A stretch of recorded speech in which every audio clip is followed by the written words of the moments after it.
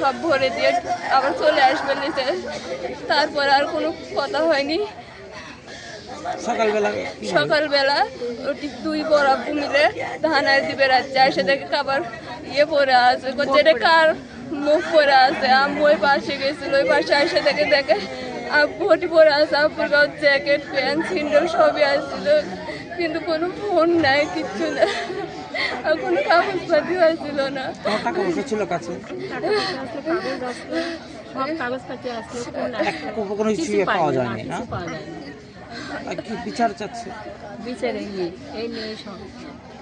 যাই এই কাজ করতে আপনারা খুঁজে করে শাস্তি দিয়ে। ভাইটা খুব ভালো হামা করে, ময়না সকলের সাথে একসাথে ব্যবহার করছে ভালো। ময়নার কোনোটি শত্রু আমরা দেখে পাইনি, ময়না বুঝেরও পাইনি। ময়না চিন্তা করে মানুষ আমরা ভাবতেও পারিনি।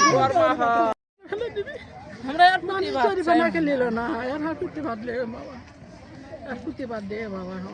বাত ব্যথা, প্যারালাইসিস কিংবা আর্থ্রাইটিস, আধুনিক ফিজিওথেরাপি ও পুনর্বাসন চিকিৎসায় নির্ভরযোগ্য নাম ডিপিআরসি।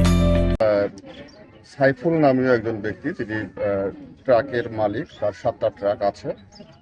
এই ট্রাকের থেকে যে ভাড়া আসে তা দিয়ে তিনি সংসার এবং জীবনযাপন করেন। তো গতকাল মধ্যরাতে আমরা পরিবারের কাছ থেকে জানতে পেরেছি তিনি স্বাভাবিকভাবে রাত 1টা থেকে 2টার দিকে ফেরত আসেন এবং পরিবারের সাথে এশার নামাজের পর তার সাথে কথা হয়েছে। তারপর হয়তো বা আমরা ধারণা করতেছি যে তিনি 1টা 2টায় এই সময় যেহেতু নিয়মিত আসেন, এই সময় কোনো পূর্বশত্রুতার জের ধরে তাকে কেউ হত্যা করে থাকতে পারে। প্রাথমিক ইনভেস্টিগেশনে যেটা মনে হয়েছে যে এটা কোনো ছিনতাইকারী বা অন্য কোনো চক্রের কাজ না, কারণ একেবারে বাসার সন্নিকটে এই ঘটনাটি, নিশ্চয়ই কোনো শত্রুতার জের ধরে কেউ ওত পেতেছিল। প্রাথমিকভাবে আমাদের এটা মনে হয়েছে, আরও তদন্ত প্রয়োজন। আমরা তদন্ত পরবর্তীতে খুব ক্লিয়ার হব যে আসলে এটা কিভাবে এবং কেন, কারা কিভাবে সত্যটা সংঘটিত করেছে।